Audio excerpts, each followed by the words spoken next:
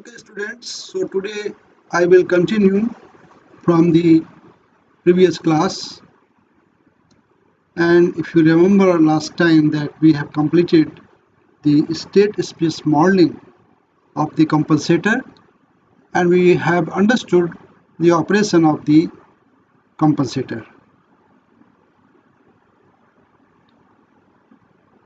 The whole idea was that first that we have to extract the reference currents, and after having those reference currents, we have to realize those currents with the help of the power circuit, which is basically voltage source inverter.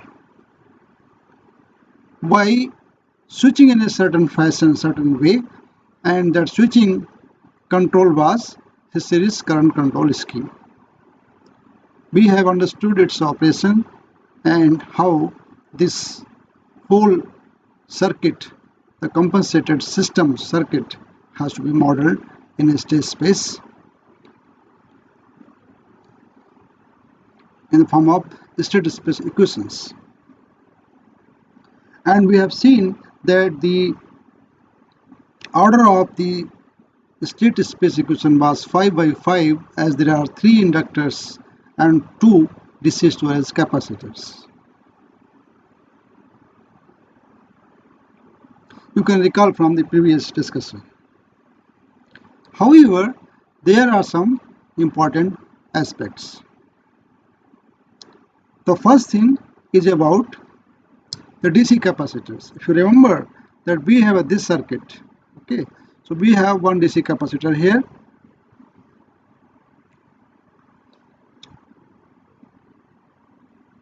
and we have another DC capacitor, and these are supplying to the inverter actually. Let's say the first leg was like this,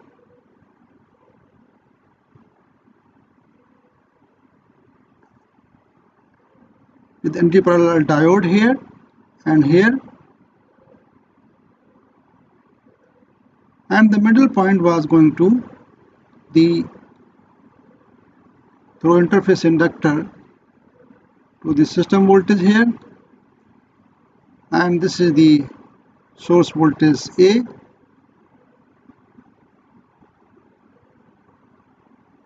this goes to load here for phase A, and through neutral it makes the complete circuit, and this is true for all 3 phases.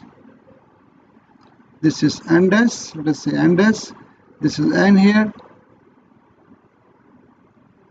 this comes back here and goes to this circuit.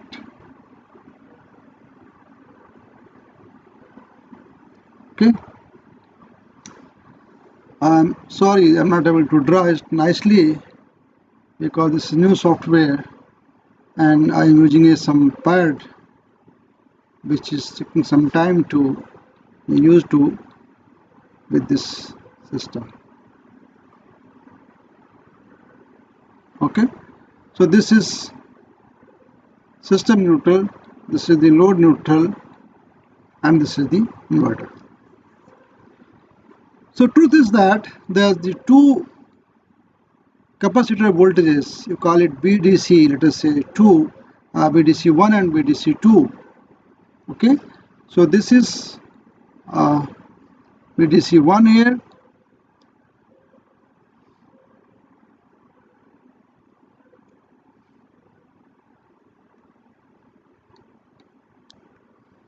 this is BDC1,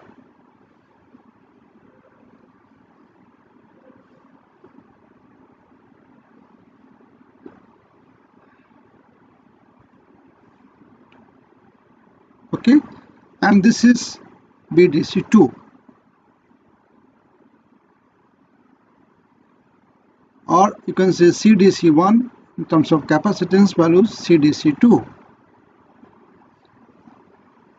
Alright, the total DC link voltage can be called as VDC actually, and it must be the sum of the VDC1 plus VDC2. Remember that normally in the steady state, the BDC1 is approximately equal to BDC, DC2.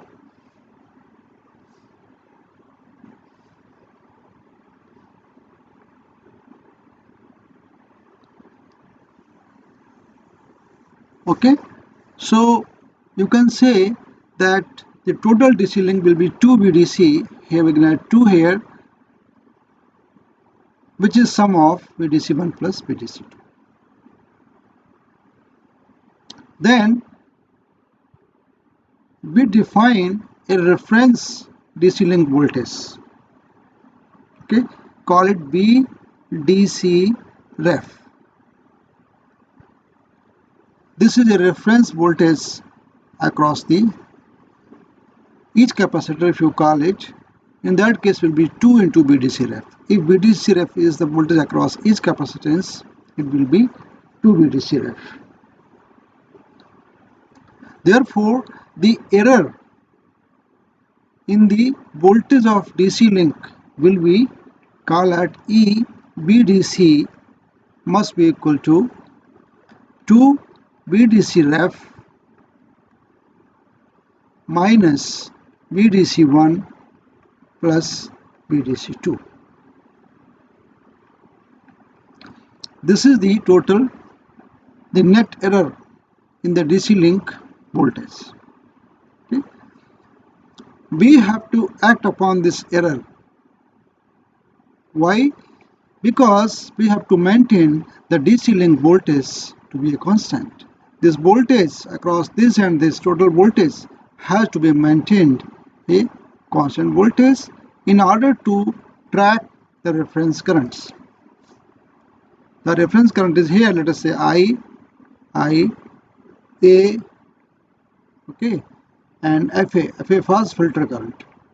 So this current has to be tracked. I mean, star has to be tracked. IFA star will track the IFA will track the IFA star. Okay. So therefore, this error has to be acted upon so that we maintain the constant or fairly approximately constant voltage across the DC link, which is approximately equal to 2 BDC ref. Now, how do we define this 2 BDC ref or BDC ref?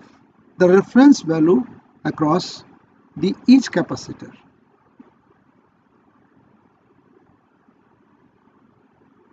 If you have seen that the current we have written for the single phase compensator in the previous discussion, that the DIFA, if you remember logic equation, by dt is equal to minus RF by LF into IFA. Okay, this is here plus BDC 1 by LF and minus BSA by LF. Okay, so basically this equation defines the behavior of the IFA, and obviously when top switch is closed and bottom switch is open, then BDC1 is being applied at the point A and the point N, and hence the current raises. The current has increased value, increasing slope. So DIFA by dt is positive. Okay. Now DIFA by should be positive, but at the same time it should be good enough positive to track the current.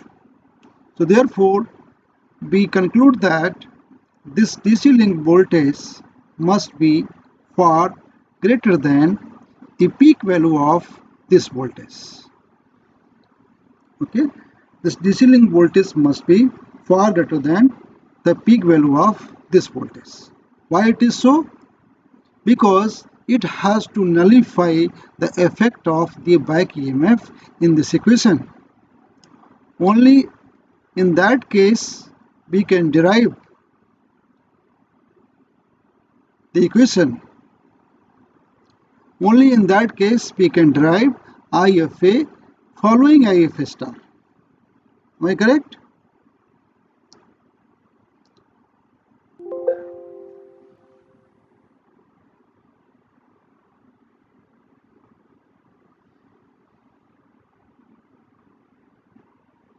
Alright, so only in that case we can do that. Therefore, the normal rule is that BDC ref must be peak greater than the peak value of BSA. Okay, and what is that? It is the BM root 2 of BRMS.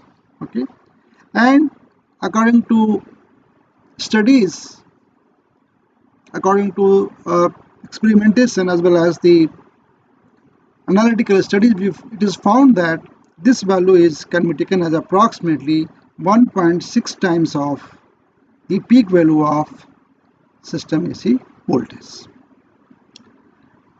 It can also go more than 1.6, but then first thing is this: the stresses becomes more on the switches when you switch on and off. Okay, and when it is slightly less than that, even in that case the tracking is not good enough. So it has been found by several studies that around 1.6, 1.5, 1.4 times of the peak value of the system AC voltage almost meets the requirement of the compensator. Okay, so in that sense you can also say that 2 into BDC ref therefore is approximately 3.2 times of BM. Clear? Now once I know the reference value, then we will set the reference value as a reference parameter here, and then we form the error. This error is acted upon by a PI controller. So we generate a output from the PI controller, we call it P loss, because this signifies the loss component in the DC link of the inverter, and this is nothing but EBDC, okay, into KP, this is PI controller, and plus this is KI EBDC DT and integration of this. Alright, this is the loss equation, and with the help of this controller we can replenish the losses in the DC link of the capacitor of the inverter, and it will ensure that the voltage is not being dropped from the given reference value, and hence it ensures there is a proper DC voltage to track the reference currents. Okay, fine. Now this is in an analog form, but when you implement the state space modeling, this component also has to be expressed in the digital domain. I will talk about this later, but first we will try to understand that how to implement the state space modeling on the basis of the samples achieved or obtained through the real-time acquisition and real-time processing. Okay. So this equation will be explained further with the help of, in conjunction or with the help of the state space modeling, or when we implement the state space modeling in the real systems or in simulation systems. In that case we need also this equation. Okay. Now this loss component is basically included in the previous algorithm. If you remember that previously the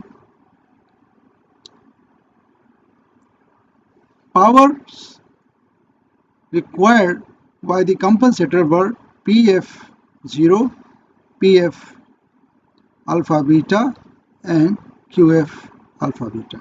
I hope you remember this, and this matrix was multiplied by the another matrix called inverse alpha beta 0 transformation or voltage matrix, and which was finally equal to IF0, IF alpha and IF beta. Fine. This was the voltage matrix. I hope you remember. Okay. It was 1 by V0. This was V alpha by B alpha square plus B beta square. And this was minus B beta by B alpha plus B beta square, and so on. Okay. Should I complete this? I hope you can do yourself. And in this particular matrix, if you remember, there's these components. For this one, we have actually PL0, and component for this was PL alpha beta tilde, and then we have a minus. Okay, we have, since we have taken the average power from the compensator, this power has to come from the source. So the average component of this comes from the source. So this will be nothing but PL bar. And now B needs one more component, that is P loss, because P loss also has to come from the source. So minus sign means the compensator is taking the power from the source. And this you already know, this is Q L alpha beta. So this change will occur. Okay. In this particular case, when losses have to be considered, this has to be added in the expression of PF alpha beta. Clear? Alright. Now with this, we go further. Earlier we have established that the state space equation is basically like this.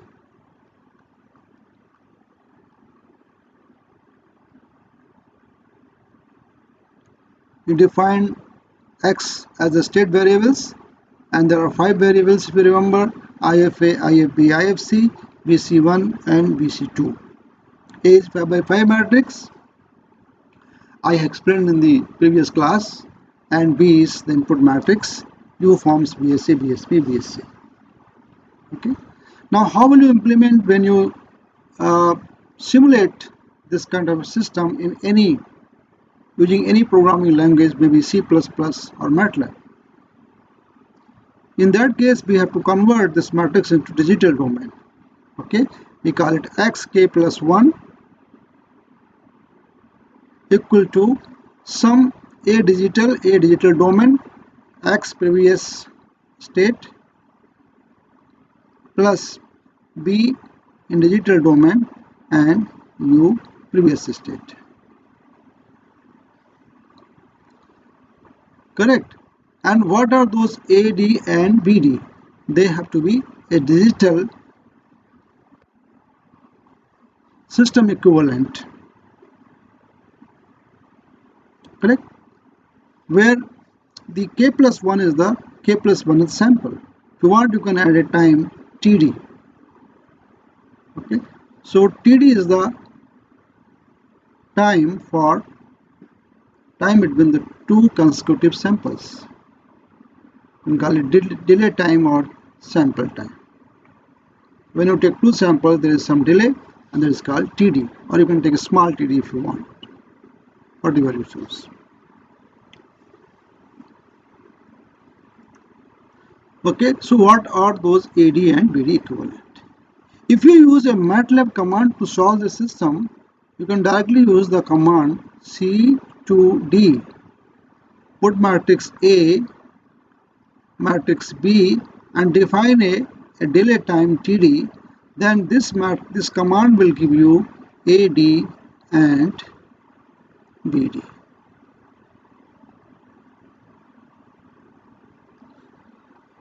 Okay, you will get this command, actually this value.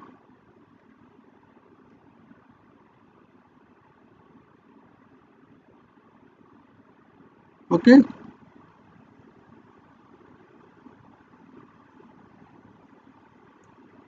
all right. So although you can use this command directly, but you may be wondering that what is this C2D is, what it is doing in the MATLAB. Okay, so basically the command is called continuous to discrete conversion. This is called continuous to discrete conversion, or transform, you can say.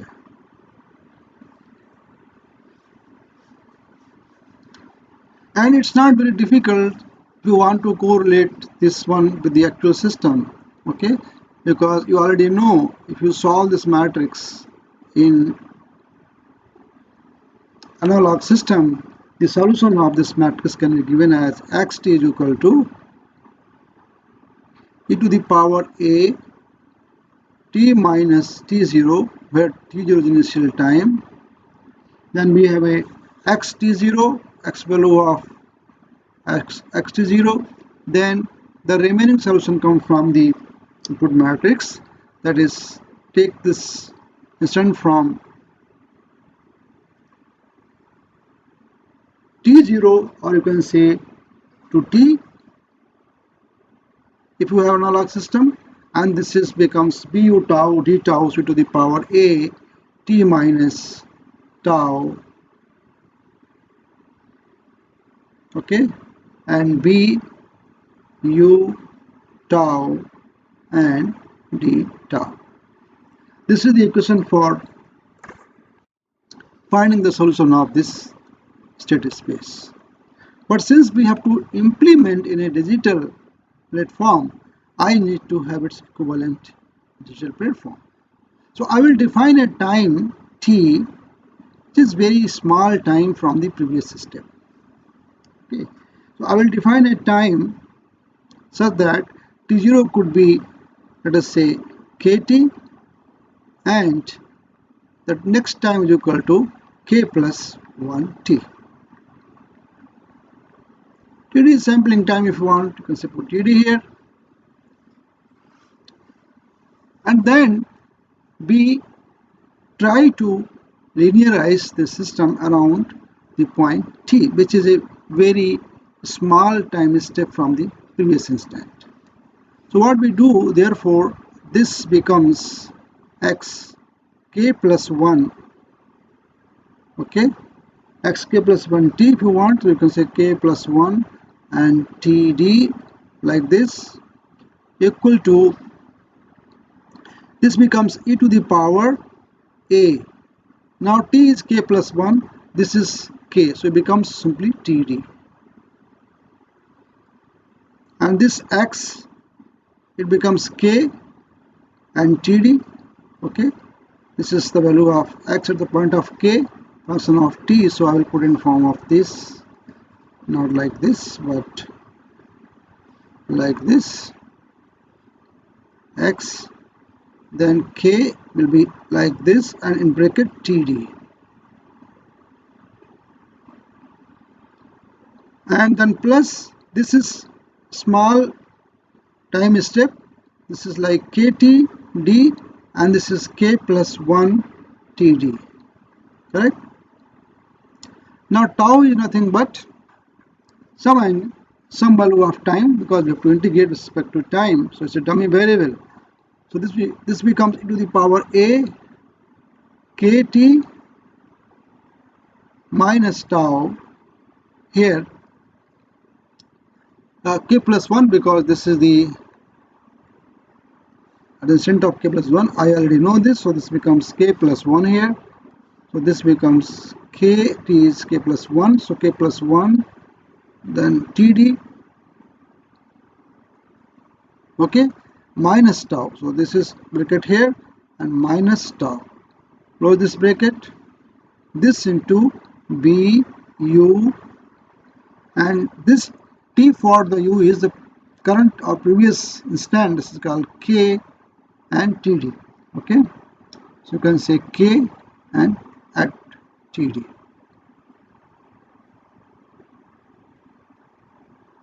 I'm sorry, this has to be properly here. This has to be k u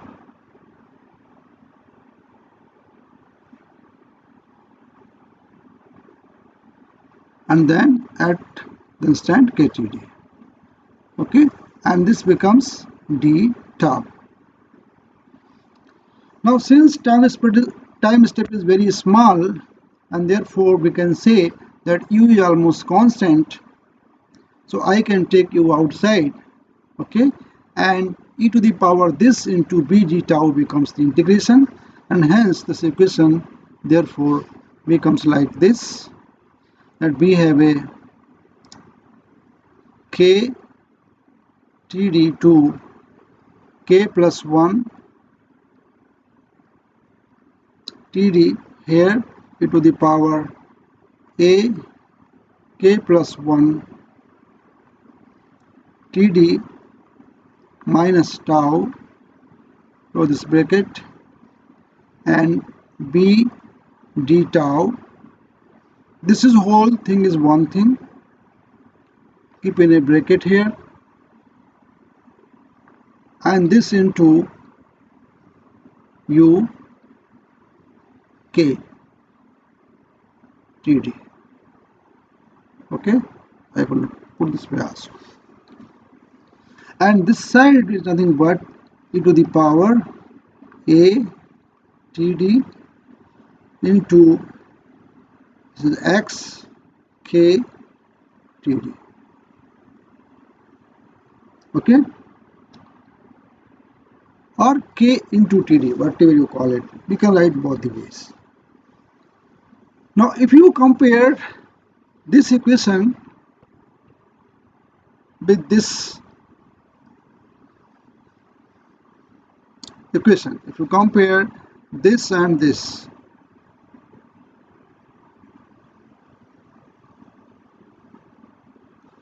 what do we get? Okay, not this but rather this equation.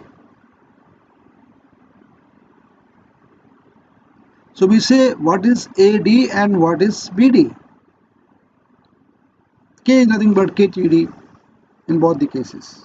So obviously if we compare this equation and this equation and this equation, the lower one, then it implies that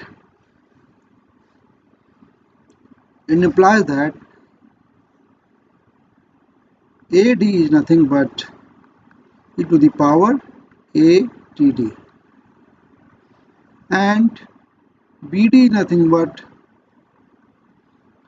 integration from KTD to K plus 1 TD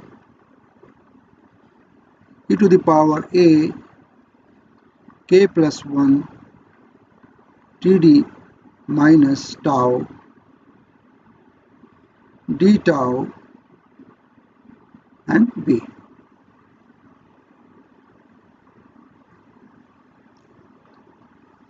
Okay, so what MATLAB actually does, it just computes these values by C2D command and gives you back.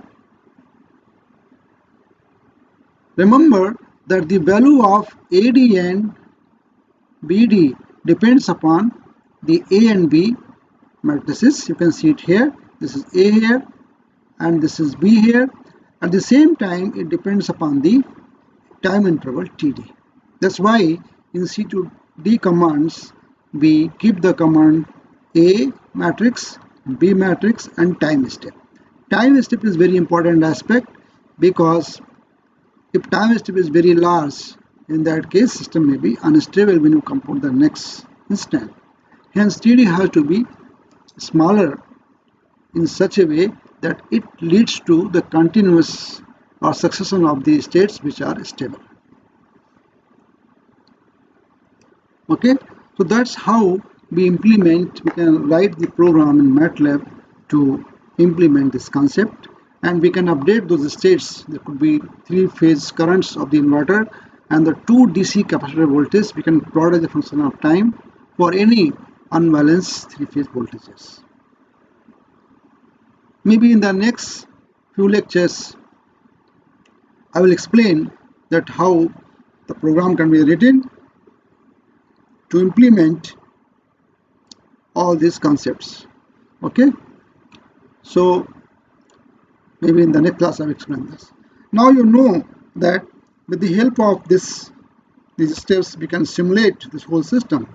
But as I said that in the previous discussion, the currents IFA, IIBRC star here needs the P loss computations so that the losses in the inverter can be recovered by this controller here.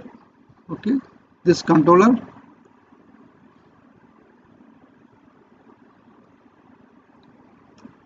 Now since we are in a state space of the system and we have digital equivalent equation, which implies that we have all the states as a discrete form or in the samples of the voltage and currents as a function of time samples. So I have to also include this equation in form of the digital implementation. Okay, so as I said, the P loss will be included in the PF alpha beta. Okay, so the net power that filter will be receiving is PL bar, the average equivalent. At the same time, the P loss component. The P loss component could be rather smaller. Okay, it could be, let us say, 2 to 5%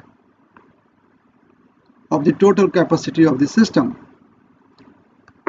All right, and these losses are present in form of switching, in form of the inherent resistances of the inductance and capacitances,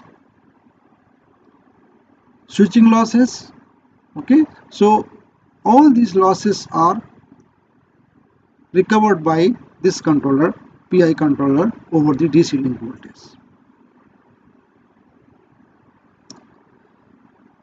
So when you implement this in a digital platform, we also have to have the P loss component as a digital value. Okay, so P loss component actually has to be implemented in PL alpha beta term.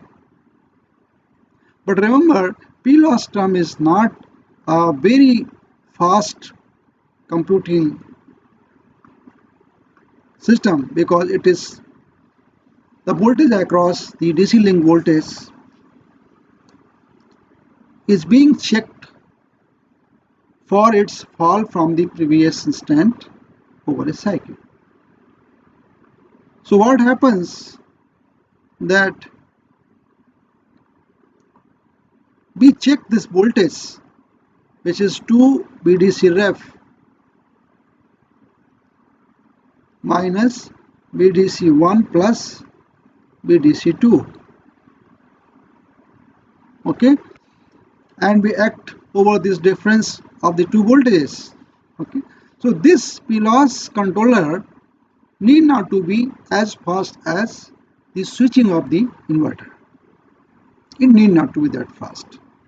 It could be as slow as once in a cycle we can update this P loss and check whether the DC capacitance are proper or not. For example, if this is the DC link voltage, okay, and varies like this, like this, like this, so the envelope should be like this.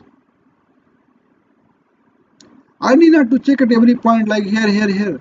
I need to check once in a cycle is fine for me to check whether the voltage is coming down or it is voltage is going up. Let us say going is up. There are ripples which correspond to the power frequency, the double of the power frequency. So you need not to do it every switching instant, but rather once in a cycle. Perhaps we can set a counter which sets an index I, and at that I index the value of the P loss is computed. This may happen once in a cycle over the cycle of the voltage or current. Okay, so let us quickly complete this implementation in the real-time domain. So what we will do, we will implement this in a digital form. Therefore, we can write like this: P loss at any point of time, let us say J, or you can say K, whatever it is. Okay, we can use K. In fact, we already use for this. Earlier we have used for P loss K equal to Kp EBDC K here plus Ki, and this becomes in the sigma form, because integration becomes the summation. You can say K is equal to, or let's say K is equal to 0 to 1, you can say.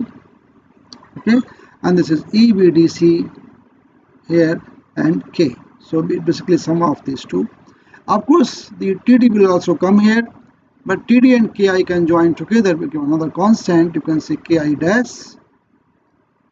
So this becomes a Ki dash kind of a constant, and sigma of this is EBDC K, where K varies from 0 to, should be another variable, in fact 0 to K, and this may vary like J. So I should put not K here but J actually. Okay, so put it this value as a J here, this is J, and J varies from 0 to K. Am I correct? So here actually J will vary from 0 to K. And this is already, you know, this is the proportional term. This is Kp into EBDC into K plus. This is P loss.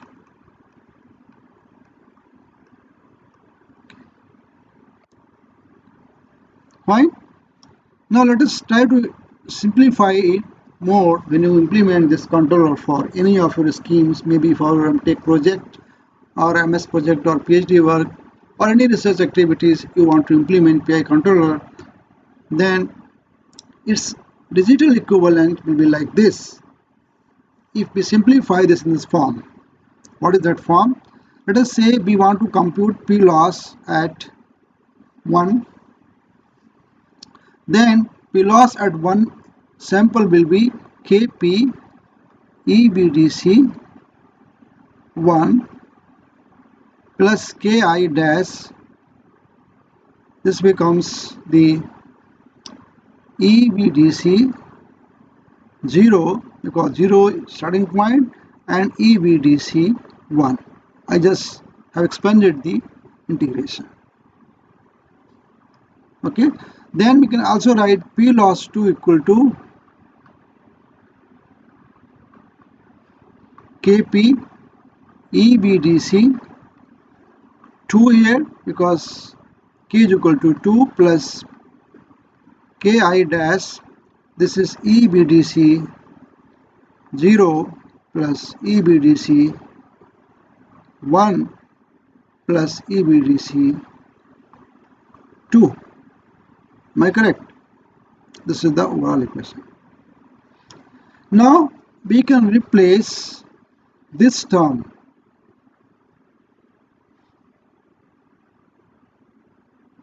by these values. So Ki dash EBDC 0, EBDC 1 is basically P loss 1 minus this. So I will replace this as P loss 1 minus Kp EBDC 1. Alright, and we combine now this along with this. So what will you get? That this is equal to, therefore the P loss 2 is therefore equal to P loss 1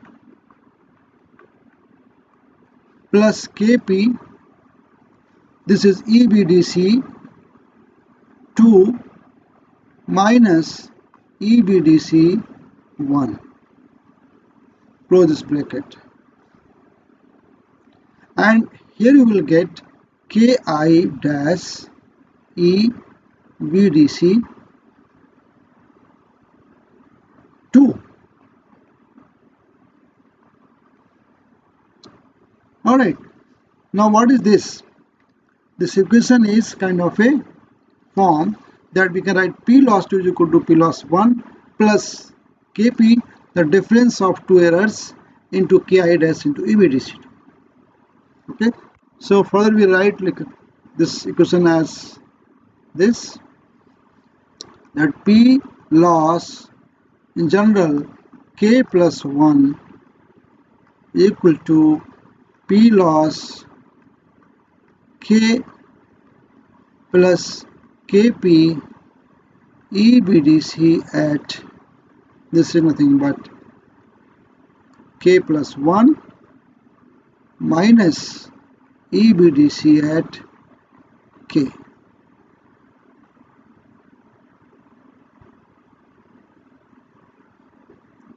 Okay, and plus Ki dash EBDC K.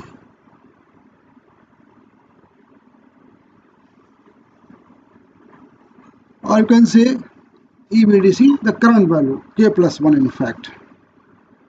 This is EBDC K. Okay. And if you're not happy with this, maybe I'm going one sample ahead of time, we can replace by K here. So you can also write P loss, therefore K equal to P loss, the previous value K minus 1, okay, plus Kp, come here, and then the difference of the two errors, so EBDC at K minus EBDC at K minus 1, close this, and this is plus Ki dash EBDC K plus 1. Okay, that's how we implement. It becomes like loss is equal to loss plus something, and something is this actually. So it becomes a recursive method. We keep on adding this computations over the previous computations. This becomes easy to implement. Okay, that's how we will incorporate the P loss term in the algorithm to generate IF0, IF alpha and IF beta, and based on that we will generate IF alpha, IFA, IFB, IFC, and we track those currents with the help of the inverter. And during the process of tracking those currents, the DC link voltage will be maintained constant through PI controller just I implement, because there is a P loss term which accounts the losses in the inverter circuit. Clear? Alright, one thing more here that I would like to complete. Okay, what is that? Just I explained that in this equation where you have to find IF0, IF alpha and IF beta,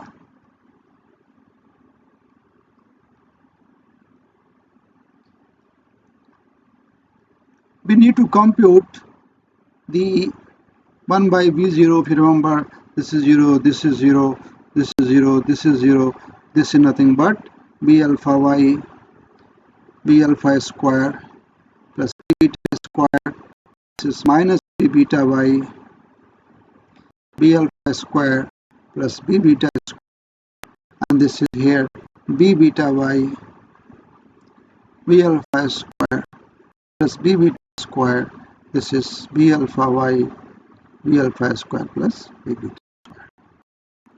This is voltage matrix. This into, we have the PF0, okay, as I said. Now PF0 is PL0 and PF alpha beta is now PL alpha beta tilde minus the average power taken for the compensator, so PL0 bar and minus P loss to be taken from the source, and this is QL alpha beta.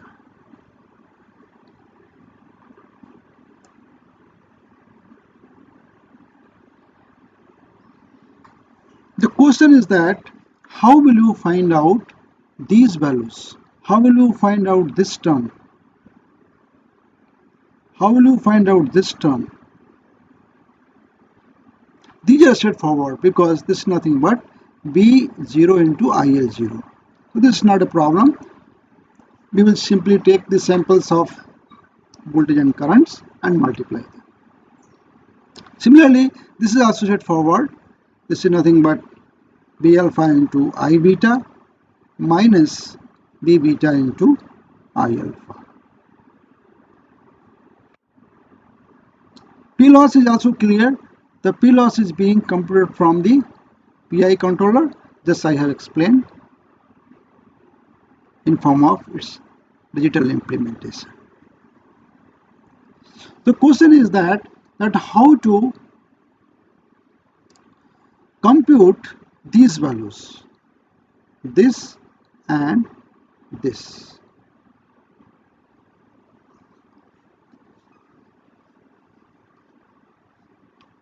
Looks like that we have to use some filters, because as far as PL alpha is concerned, it's not a problem. If I have PL alpha beta is nothing but the product of B alpha into I alpha plus IL alpha, of course, and B beta into IL beta. That is not a problem. The problem is not this. This can easily compute like any other parameters. Simply multiply the samples of the alpha components of voltage and currents and find out P alpha. So therefore, if we have this term PL alpha beta, if I can find out the average value of this, then I can find out the tilde component of this, because tilde component nothing but the total power, that is PL alpha beta minus PL alpha beta bar. Am I correct? Because tilde plus bar is equal to PL alpha beta. If I add this component and I will add this component, together becomes PL alpha beta. Okay, and PL alpha beta therefore can be found. How will you find this PL alpha beta? The simplest way is, you can say, if I have a low pass filter, okay, if I have a low pass filter, then this is my supposed low pass filter.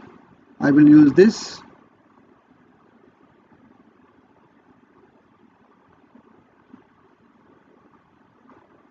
I will make the input as PL alpha beta and the output will be PL alpha beta bar. So basically I am removing all this frequency component, AC frequency component, and we are only having the DC value of this. So the low pass filter has to be designed with a cutoff such that it does not have any the pulsation components, any oscillating component. Another way is this: we can use the moving average filter. Okay, the design of analog filter is rather difficult and its cutoff is not very sharp. So still some frequency component will come depending upon its design. But digital filter is very sharp in averaging the any given quantity. Okay, so we will implement this by a moving average filter. You already know that over a time, if I integrate any function, let us say the time sample is this is t1, and this is t1 minus t, and we just integrate this function as function of time over this period, then it is nothing but the average value. Okay, and this particular function can be implemented by the summation functions. Okay, it's like basically nothing but mean of the average value of this of pf, pl, alpha, beta over a cycle. Now, how do you define a cycle? Okay, cycle could be basically any buffer having the number of samples equivalent to one cycle. So I could say it could be like this: any running count, let us say I, and minus, let us say 720 are the number of samples in a cycle, then this count to the count of I, where I may start from 720 onwards. It basically means 1 is to 720 or 1 is to 721. Okay, so I run the process of 1 is to 721, or you can say it is 719 is also okay. In that case it becomes 722 this one.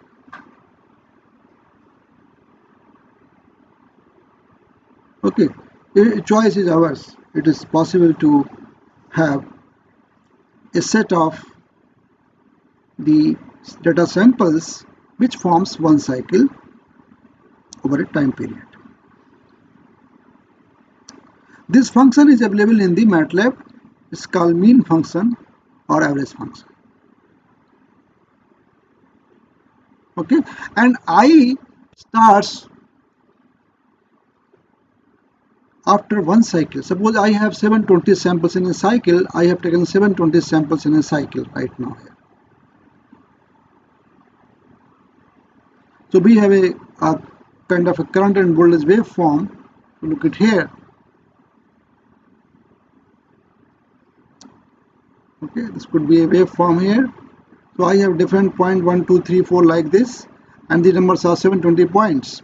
Okay, so I have to define a window which is a running average of one cycle data, and according to this, the latest we have to wait till I becomes 721 at one buffer data, and from this point onwards we are receiving the new data and discarding the previous data. Okay, so I actually runs from, let us say, 1 to 720, you can say, at one moment, and then 2 to 721 and so on.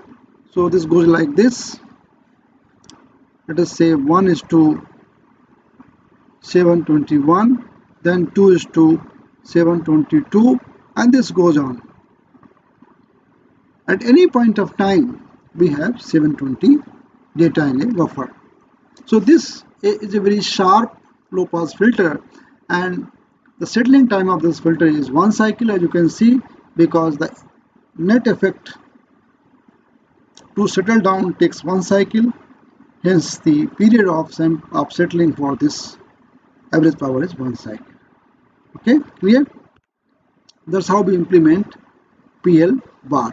Now once we know PL bar through moving average, this is called moving average filter. Okay, it's called MAB. This concept is very useful in your research activities when you implement this kind of filters. It can be useful for rippling, for removing the ripples in the capacitor voltages or inductor currents, or finding the average power, okay, and then therefore finding the tilde power.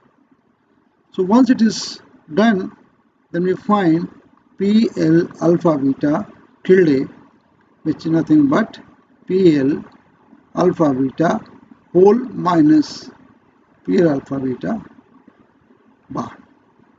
Similarly, we can find out PL bar as simply by mean function of this, okay, same thing as mean function of the PL 0 from I minus 720 to turning point of I,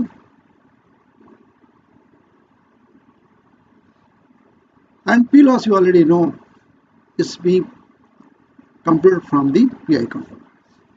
Okay, so in this way we implement the compensator, and using these concepts we can implement any system by writing a simple program in MATLAB or C++.